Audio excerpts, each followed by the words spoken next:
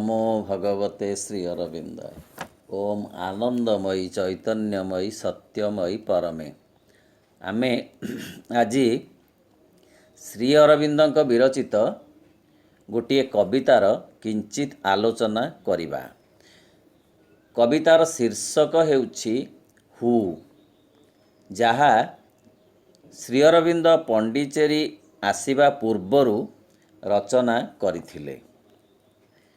श्री अरविंद हेउछंती जन्मतः जड़े कवि। 13 वर्ष बयसरु तांकर कवित्वर उद्गम घटिथिला, जहा शेष पर्यंत अब्याहत रहिथिला। प्रकृतरे से कवि मात्र नुहंती, से हेउछंती ऋषि कवि।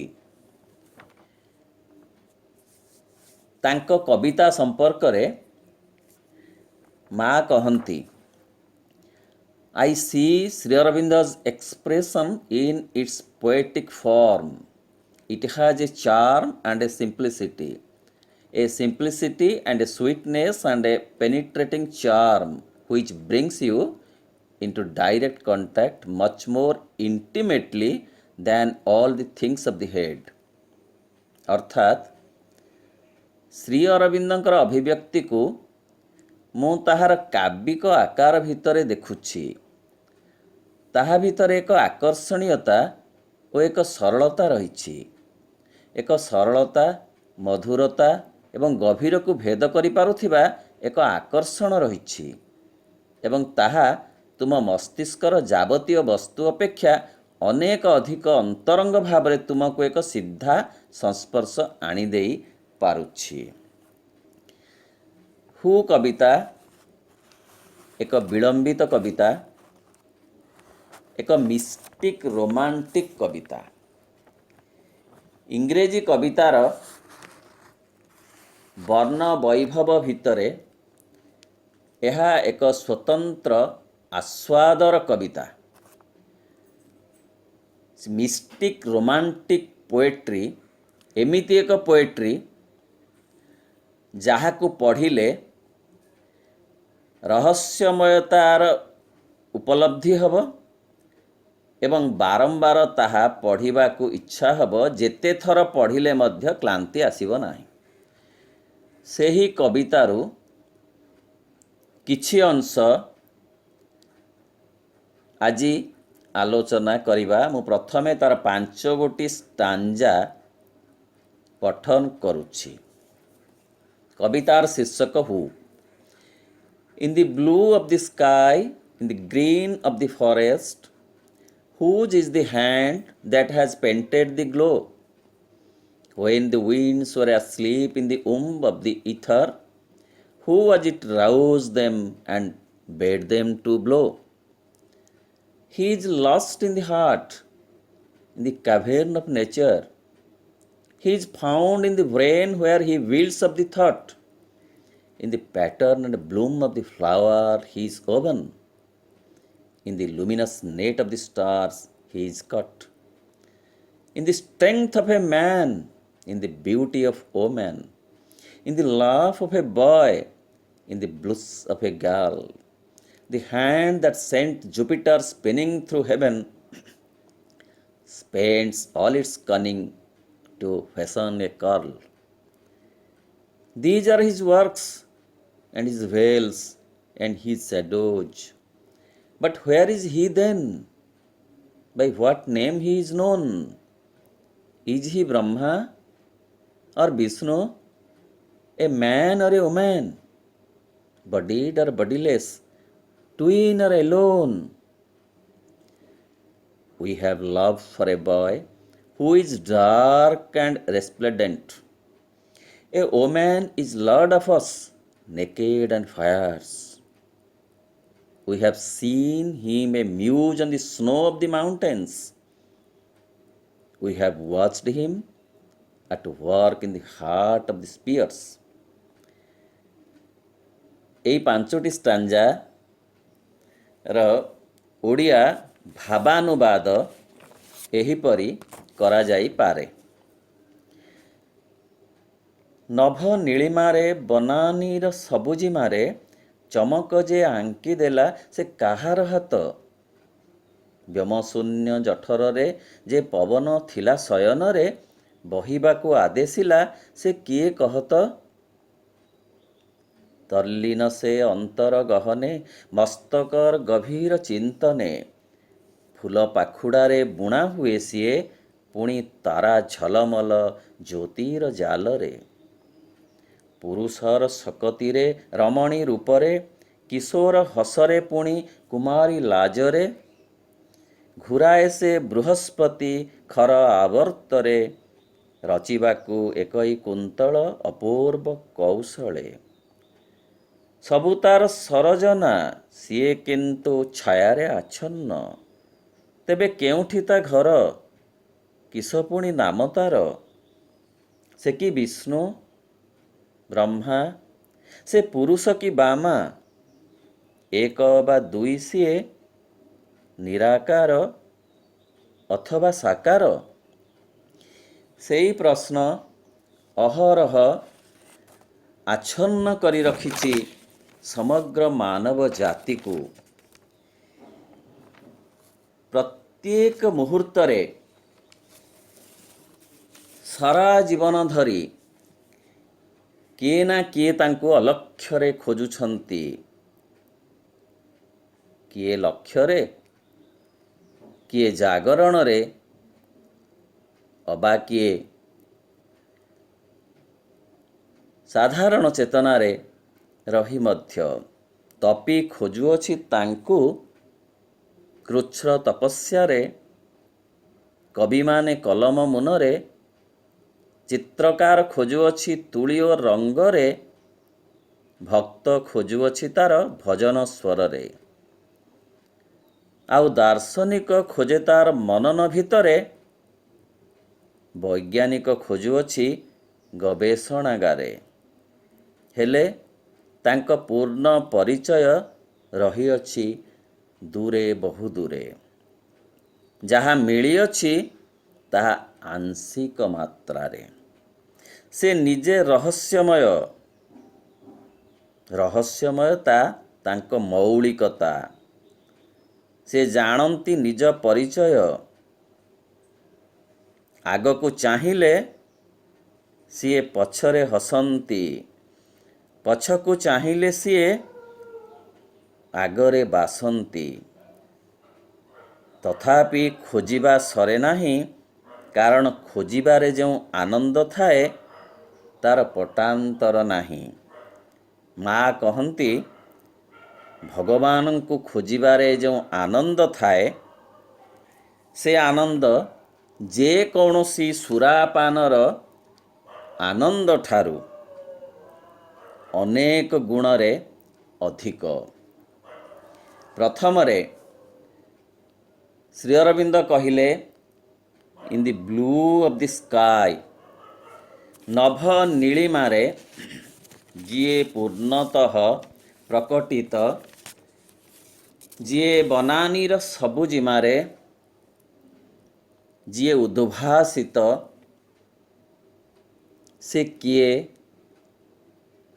କିଏ ସେ ଆଙ୍କି ଦେଇଛି ଆଲେଖ୍ୟ ନୀଳିମାର ନୀଳ ଆକାଶରେ? କିଏ ଲେଖି ଦେଇଛି ସବୁଜିମାର ଚାରୁଚିତ୍ର ସବୁଜ ବନରେ? ସେ କାହାର ହାତ? ସେ ଅଦୃଶ୍ୟ ହାତର ସ୍ୱରୂପ କିପରି? ସତେ ସେଇ ହାତକୁ ଦେଖିବାକୁ ସମଗ୍ର ମାନବ ଜାତି ଉତ୍କଣ୍ଠିତ କାଳେ କାଳେ। ଏବଂ ଏଇଠାରେ ଆମେ ଲକ୍ଷ୍ୟ କରିବା ସୃଷ୍ଟିର ଆରମ୍ଭର କଥା ପ୍ରଭୁ କହୁଛନ୍ତି। ଆକାଶରୁ ସୃଷ୍ଟିର ଆରମ୍ଭ। ଉପନିଷଦରେ ପଞ୍ଚଭୂତର ବର୍ଣ୍ଣନା ଅବକାଶରେ ଆକାଶର କଥାଟି ପ୍ରଥମେ କୁହାଯାଇଛି। ଆକାଶାତ୍ ବାୟୁ, ବାୟୁରୁ ଅଗ୍ନି, ଅଗ୍ନିରୁ ଜଳ, ଜଳରୁ ହିଁ କ୍ଷିତିର ଉତ୍ପତ୍ତି ହୋଇଛି। ପଞ୍ଚୀକରଣ ପଦ୍ଧତିରେ ଏହା ସମ୍ଭବ ହୋଇଛି। ସେଥିପାଇଁ ଆରମ୍ଭ ହୋଇଛି ଆକାଶରୁ ଏବଂ ତା ପରେ ପରେ କୁହାଯାଇଛି ଧରିତ୍ରୀର କଥା, ଗହନ କାନନର କଥା। ତାହା ଭିତରେ ବିବର୍ତ୍ତନ ଧାରାଟି ସବୁ ମନ୍ତେ ରହିଯାଇଛି। ଏହା ହେଉଛି ବିଶିଷ୍ଟ କବିତାର ଲକ୍ଷଣ ଯେ ଯେଉଁ କବିତା ଅଳ୍ପ ଶବ୍ଦରେ ଆକାଶକୁ ମାଟି ସହିତ ଯୋଡ଼ିପାରେ, ସିଏ ହେଉଛି ସାହିତ୍ୟ ଜଗତରେ ବିଶିଷ୍ଟ କବିତା। ଯାହା ଆମେ ହୁ କବିତାର ପ୍ରଥମ ଧାଡ଼ିରେ ଦେଖିବାକୁ ପାଉ ଯେ ଆକାଶ ଓ ଧରିତ୍ରୀ ଗୋଟିଏ ସୁରମ୍ୟ ଛନ୍ଦରେ ଛନ୍ଦାୟିତ ସୁବର୍ଣ୍ଣ ସୂତ୍ରରେ ଉଭୟ ପରସ୍ପର ସହିତ ସମ୍ପର୍କିତ। ବାୟୁର କଥା ଅତି ସୁନ୍ଦର ଭାବରେ ବର୍ଣ୍ଣନା କରିଛନ୍ତି ଶ୍ରୀ ଅରବିନ୍ଦ। ସେ ଯେମିତି ସ୍ଥିର ଥିଲା ଆକାଶାତ୍ ବାୟୁ, ସେ ବାୟୁକୁ ଚଳଚଞ୍ଚଳ କରେଇଲା ସେ କାହାର ହାତ, ପ୍ରେରଣା ଦେଲା, ଶକ୍ତି ଦେଲା, ଆଗକୁ ଯିବା ପାଇଁ ଯିଏ ସାମର୍ଥ୍ୟ ଦେଲା ସେ ହାତ କାହାର, ତାହାକୁ ଖୋଜୁଛନ୍ତି, ସମସ୍ତେ ଖୋଜୁଛନ୍ତି। ମନେ ପଡ଼ୁଛି ଏ ଅବକାଶରେ ଓଡ଼ିଆ ସାହିତ୍ୟର ଅନ୍ୟତମ କବି, ଋଷି କବି ମଧୁସୂଦନ ରାଓଙ୍କର ଗୋଟିଏ ପଂକ୍ତି। ତାଙ୍କ ଭାଷାରେ ଆକାଶ ଦିଶେ କି ସୁନ୍ଦର, ତାହାକୁ ରଚିଲେ ଈଶ୍ୱର। ଉଜ୍ଜ୍ୱଳ ସୂର୍ଯ୍ୟ ଚନ୍ଦ୍ର ତାରା, ନୀଳ ସମୁଦ୍ର ଶ୍ୟାମ ଧରା। ତାଙ୍କର ଆଜ୍ଞାରେ ପବନ, ସର୍ବତ୍ର କରେ ବିଚରଣ। ତାଙ୍କରି ଆଜ୍ଞାରେ ପବନ ଦିଗେ ଦିଗେ ପ୍ରବାହିତ ହେଉଛି। ସିଏ କେଉଁଠି ଅଛନ୍ତି? ସେ ଅଛନ୍ତି ତଲ୍ଲୀନ ହୋଇ ଅନ୍ତରର ଗହନରେ।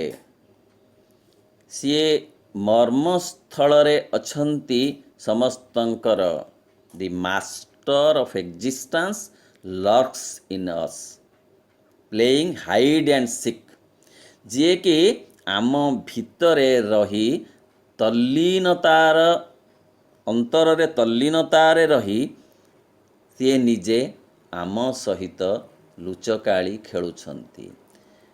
ତେଣୁ ସିଏ ରହିଛନ୍ତି ମରମ ଗହନରେ, ପୁଣି ପରା ପ୍ରକୃତି ଗହ୍ୱରେ। ସେ ପ୍ରକୃତି ଭିତରେ ମଧ୍ୟ ରହିଛନ୍ତି।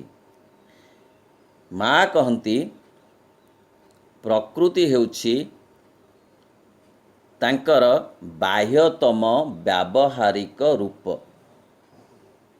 ସେହି ଅଦୃଶ୍ୟ ଶକ୍ତିଙ୍କର ବାହ୍ୟତମ ବ୍ୟାବହାରିକ ରୂପ ହିଁ ଏହି ବହିର୍ଜଗତର ପ୍ରକୃତି, ଯାହାକୁ ଇଂରେଜୀ କବି କହୁଥିଲେ the nature is the visible garment of invisible God. ଅଦୃଶ୍ୟ ଭଗବାନଙ୍କର ଦୃଶ୍ୟମାନ ଅଳଙ୍କାର ହେଉଛି, ଆଭୂଷଣ ହେଉଛି ଏ ପ୍ରକୃତି। ତେଣୁ ସିଏ ସର୍ବତ୍ର ସେଇ ପ୍ରକୃତି ଭିତରେ ବିଛୁରିତ ହୋଇକରି ଅଛନ୍ତି, ସଞ୍ଚରିତ ହୋଇକରି ଅଛନ୍ତି। ପୁଣି ମସ୍ତକର ଚିନ୍ତନ ଭିତରେ, ଗଭୀର ଚିନ୍ତା ଭିତରେ ସେ ଚିନ୍ତକର ଚିନ୍ତା, ସେ ବୈଜ୍ଞାନିକର ଅନୁଚିନ୍ତା, ସେ ଦାର୍ଶନିକର ଅନୁଚିନ୍ତା ସବୁ ଭିତରେ ସେ ଯେମିତି ଭରି ରହିଛନ୍ତି।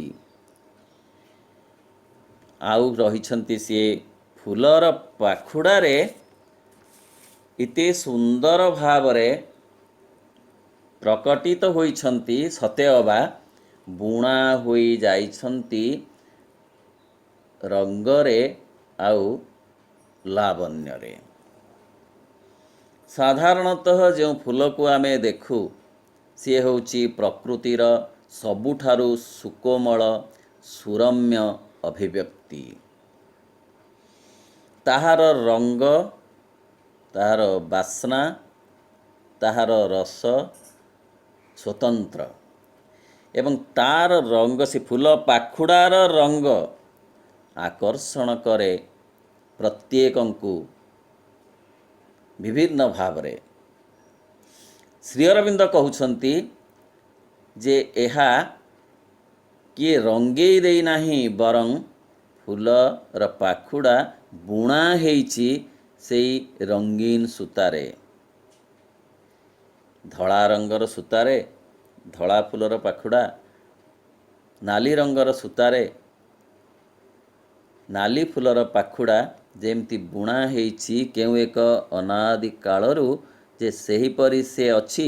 ତାର ରଙ୍ଗ ଫିକା ପଡ଼ୁନାହିଁ, ଛାଡ଼ୁନାହିଁ, କାରଣ ସେ ରଙ୍ଗରେ ତାହା ବୁଡ଼େଇ ଦିଆଯାଇନାହିଁ, ବରଂ ବୁଣା ହୋଇଅଛି।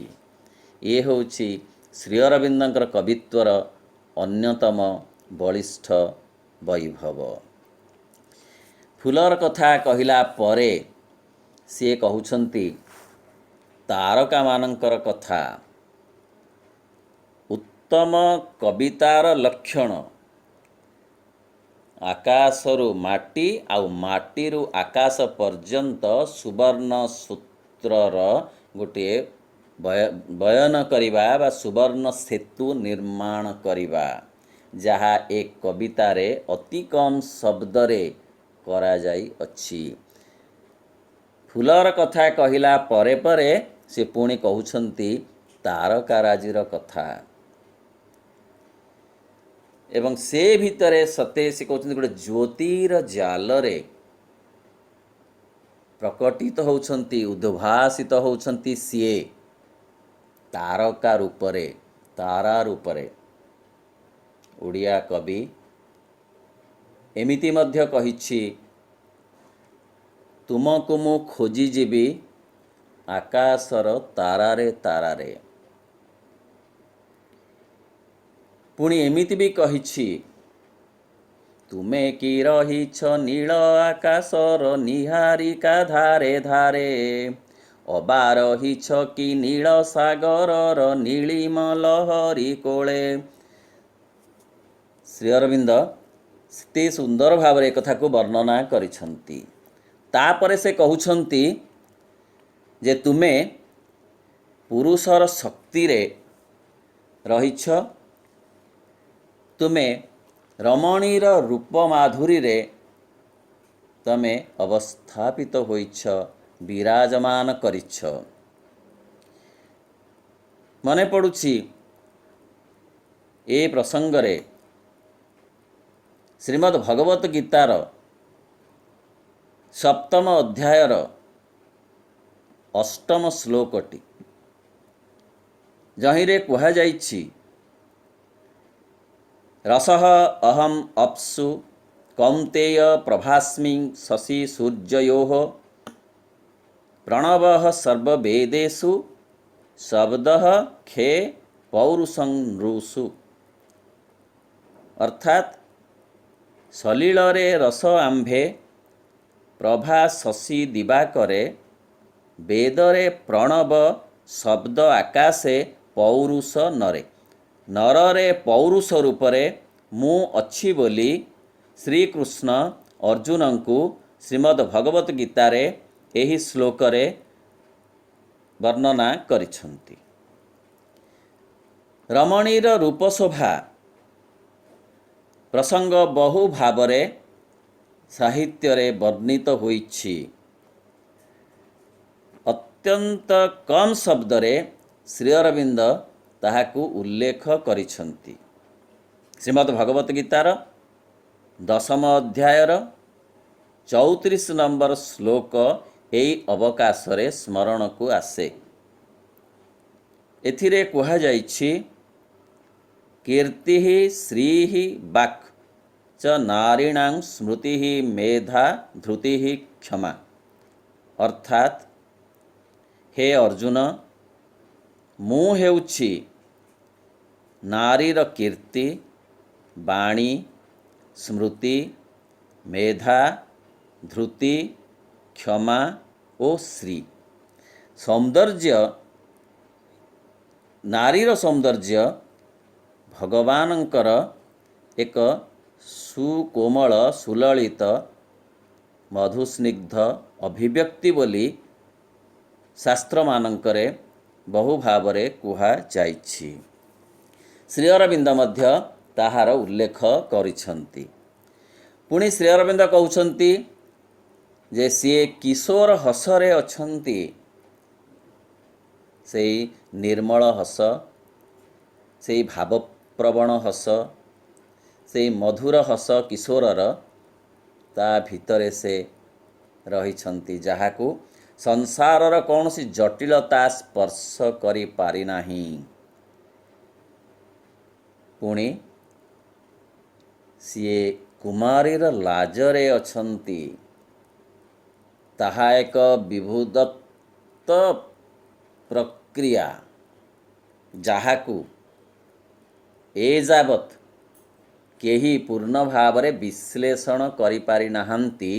କୁମାରୀର ଲାଜକୁ, ସେ ଲାଜ ଇତି ଗଭୀର, ଏତେ ସ୍ନିଗ୍ଧ, ଏତେ ମଧୁର, ଏତେ ଅନୁଭବ୍ୟ, ଯାହାକୁ କୌଣସି ଭାଷା ଦେଇ ହେବ ନାହିଁ। ତାହା ଏକ ସ୍ୱତନ୍ତ୍ରତା କୁମାରୀ ନିକଟରେ, ଯାହା ଭଗବତ୍ତାଙ୍କର ଅନ୍ୟତମ ଅନୁପମ ଅଭିବ୍ୟକ୍ତି।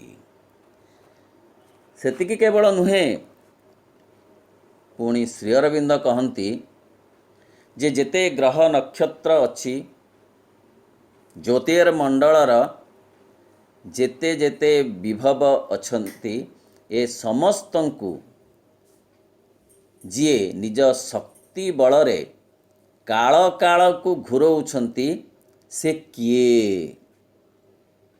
ଏବଂ ତାଙ୍କର କୌଶଳ ଏତେ ଏତେ ଚମତ୍କାର ଯେ ଯାହାକୁ କେହି ଏଯାବତ୍ ବିଶ୍ଳେଷଣ କରି ବୁଝେଇ ପାରିନାହାନ୍ତି। ପୁନଶ୍ଚ ଶ୍ରୀ ଅରବିନ୍ଦ କହୁଛନ୍ତି, ଏ ତାଙ୍କରି କେଉଁଠି ସିଏ ରହନ୍ତି, ସିଏ କେଉଁଠି ଅଛନ୍ତି, ଯାହାଙ୍କର ଏତେ କର୍ମ କୌଶଳ, ଯାହାଙ୍କର ଏତେ ଶକ୍ତି ସାମର୍ଥ୍ୟ, ସିଏ ଅଛନ୍ତି କେଉଁଠି? ତାଙ୍କରି ପରିଚୟ ପାଇବା ସମସ୍ତଙ୍କ ପାଇଁ ଦୁରୂହ ବ୍ୟାପାର। ତଥାପି ଖୋଜିବାରେ ଅନ୍ତ ନାହିଁ, ଖୋଜିବାରେ ଅବସାଦ ନାହିଁ, ସୁନ୍ଦରେ ତୃପ୍ତିର ଅବସାଦ ନାହିଁ। ଯେତେ ଦେଖୁଥିଲେ ନୂଆ ଦିଶୁଥାଏ। କୁହାଯାଇପାରିବ, ଯେତେ ଖୋଜୁଥିଲେ ସିଏ ନୂଆ ହିଁ ଲାଗିବେ। କେଉଁଠି ତାଙ୍କ ବାସସ୍ଥାନ, ସେଇ କଥା ବାରମ୍ବାର ପ୍ରଶ୍ନ ସମସ୍ତଙ୍କ ଭିତରେ। ମନେ ପଡ଼ୁଛି ଓଡ଼ିଆ କବି ପଦ୍ମଚରଣ ପଟ୍ଟନାୟକଙ୍କର କଥା। ସେ ମଧ୍ୟ ଏମିତି ଏକ ମିଷ୍ଟିକ୍ ରୋମାଣ୍ଟିକ୍ ପୋଏଟ୍ରି ରଚନା କରିଛନ୍ତି, ଯାହାର ନାମ ହେଉଛି କିଏ ତମେ। ସିଏ ଉଲ୍ଲେଖ କରିଛନ୍ତି, କିଏ ତମେ ବନ୍ଧୁ କେଉଁଠି ରହିଛ, କିଛି ନାହିଁ ମୁହିଁ ଜାଣି, କାନ ପାରି କେବେ ବସି ଶୁଣି ନାହିଁ, ତବ ବୀଣା ଜିଣା ବାଣୀ। କିଏ ତମେ ବନ୍ଧୁ କେଉଁଠି ରହିଛ, କେଉଁ କୁଞ୍ଜେ ଅଛ ବଢ଼ି, ରହିଛ କି ତମେ ବସନ୍ତ କୁସୁମେ, ଅବା ମଧୁମାସ କଢ଼ି। ସତେ ତାଙ୍କ ବାସସ୍ଥାନ କେଉଁଠି? ଶ୍ରୀ ଅରବିନ୍ଦ ତ ତାହା ହିଁ କହିଛନ୍ତି ଯେ ବଟ୍ ହ୍ୱେର୍ ଇଜ୍ ଦେନ୍, ସେ କେଉଁଠି ଅଛନ୍ତି? ଆଉ ତାଙ୍କ ନାମ ମଧ୍ୟ କ'ଣ? ସେ କେଉଁ ନାମରେ ନାମିତ? ସେ କି ବିଷ୍ଣୁ? ସିଏ କି ବ୍ରହ୍ମା? ସିଏ ପୁରୁଷ କି ବାମା? ସିଏ କେଉଁ, ସେ କିପରି, ସେ କିଏ? ସେ ସାକାର ଅବା ନିରାକାର? ସେ ଏକ ଅବା ଦୁଇ? ଏକମେବା ଦ୍ୱିତୀୟମ୍ ବା ସିଏ ଏକୋହମ୍ ବହୁଶ୍ୟାମ୍? ସିଏ ବହୁତ କି ଏକ? ସେ ସାକାର କି ନିରାକାର? ଏ କଥା, ଏ ପ୍ରଶ୍ନ ଏ ଯାବତ୍ ସମାହିତ ହୋଇନାହିଁ। ଏ ପ୍ରସଙ୍ଗରେ ଶ୍ରୀ ଅରବିନ୍ଦଙ୍କର ଉକ୍ତି ଅନ୍ୟତ୍ର ଉଲ୍ଲେଖ କରାଯାଇପାରେ ଯେ ଶ୍ରୀ ଅରବିନ୍ଦ କହୁଛନ୍ତି ଭଗବାନଙ୍କୁ କେବଳ ସାକାର ଭାବରେ ଗ୍ରହଣ କରିନେଲେ ତାଙ୍କ ପ୍ରତି ପୂର୍ଣ୍ଣ ବିଚାର କରାଯାଇପାରିବ ନାହିଁ, କାରଣ ସେ ମଧ୍ୟ ନିରାକାର। ଭଗବାନଙ୍କୁ କେବଳ ନିରାକାର ବୋଲି ବିଚାର କରିଦେଲେ ତଥାପି ତାଙ୍କ ସଂଜ୍ଞାର ପୂର୍ଣ୍ଣତା ଆସିବ ନାହିଁ, କାରଣ ସିଏ ମଧ୍ୟ ସାକାର, ଅର୍ଥାତ୍ ସିଏ ଏକ ସମୟରେ ସାକାର ଓ ନିରାକାର। ତଥାପି ଏ ପ୍ରଶ୍ନ ଏଯାବତ୍ ରହିଛି ସେ କିଏ ଏବଂ କିପରି ଭାବରେ ତାଙ୍କର ସ୍ଥିତି। ସେ ପୁଣି କହୁଛନ୍ତି ଯେ ସିଏ ଏକ ବା ଦୁଇ ସହିତ ସେ ଯେଉଁ କିଶୋର ଯାହାଙ୍କ କଥା ସେ କହୁଛନ୍ତି, ସେ କିଶୋର କୃଷ୍ଣଙ୍କ କଥା ବୋଧହୁଏ ଏଠାରେ କହୁଛନ୍ତି, ଯାହାଙ୍କ ପ୍ରତି ଶ୍ରଦ୍ଧାର ପୂଜା ଫୁଲ ଅଜାଡ଼ି ହୋଇପଡ଼େ ଭାରତୀୟ ମାନସିକତାରେ। ସେଇ କିଶୋରଙ୍କ କଥା, ତାଙ୍କ ପ୍ରତି ଆମର ଅସୀମ ଶ୍ରଦ୍ଧା, ଭାବଗ୍ରାହୀ ସିଏ, ଭାବକୁ ଗ୍ରହଣ କରନ୍ତି।